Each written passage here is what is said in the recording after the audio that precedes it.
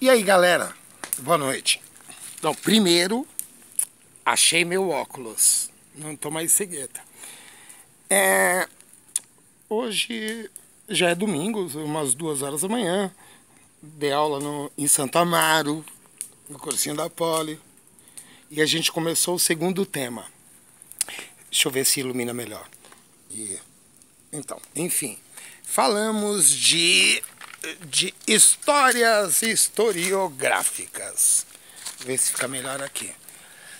Então, vimos que a história vira ciência no século XIX. Né? E o maior objetivo dela é a construção da identidade nacional. E essa primeira escola historiográfica que se enquadra num momento de inauguração da história como ciência, como tinha o objetivo de construir identidade nacional, é a história dos heróis, dos grandes feitos, das grandes conquistas do Estado Nacional. Então você que estudou como eu numa escola qualquer pública ou privada, estudou sobre a independência, a Guerra do Paraguai, Duque de Caxias, a proclamação da República com Marechal Deodoro, a abolição da escravidão com a Princesa Isabel. E essa história positivista, que tem o objetivo de construir identidade nacional,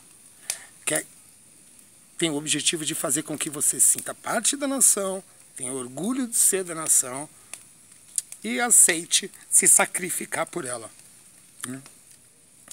A história que surge com a unificação italiana, com a unificação alemã, depois da independência do Brasil, o IHGB, Instituto de História e Geografia do Brasil. Uma história que esconde as contradições, as greves, rebeliões, motins, revoltas, e só mostra aspectos da nação que nos faça nos orgulharmos, nos ufanarmos, ficarmos excitados por sermos brasileiros, italianos, alemães, enfim. Mas ao esconder as contradições, na visão dos marxistas, esconde o elemento fundamental para o desenvolvimento da história. Lembra que nós vimos hoje que no Capital, o Marx diz que a história de todas as sociedades tem sido até hoje a história da sua luta de classes.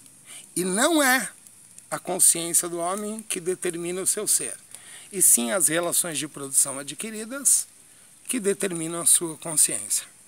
E aí nós citamos alguns exemplos e terminamos falando dessas duas escolas historiográficas. A primeira, a positivista, cria a história do Estado Nacional, que diz que só existe história depois da invenção da escrita, que diz que você é um agente passivo do processo histórico, que a responsabilidade é do herói, não sua.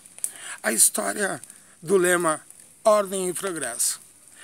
E depois vimos o Marx, e melhor, não Marx em si, mas os marxistas adotando o materialismo histórico. Né? Então, a história depende, na visão deles, marxistas ortodoxos, da luta de classes. Então, lembre que a infraestrutura vai mostrar para a gente as relações sociais de produção. E, de acordo com os marxistas, existe um conflito de interesses e tudo na superestrutura é determinado pela classe dominante, cultura, ideologia e política. Mas a classe agora dominante, outrora pode perder esse status. E a nova classe dominante vai gerar novos aspectos culturais, ideológicos e um novo modelo político. Então falamos dessas duas escolas. A positivista, aquela que eu tive a maior parte da minha vida na escola, onde eu ia falar rezava, olha o ato falho, onde eu cantava o hino nacional toda quarta-feira com a mão no peito.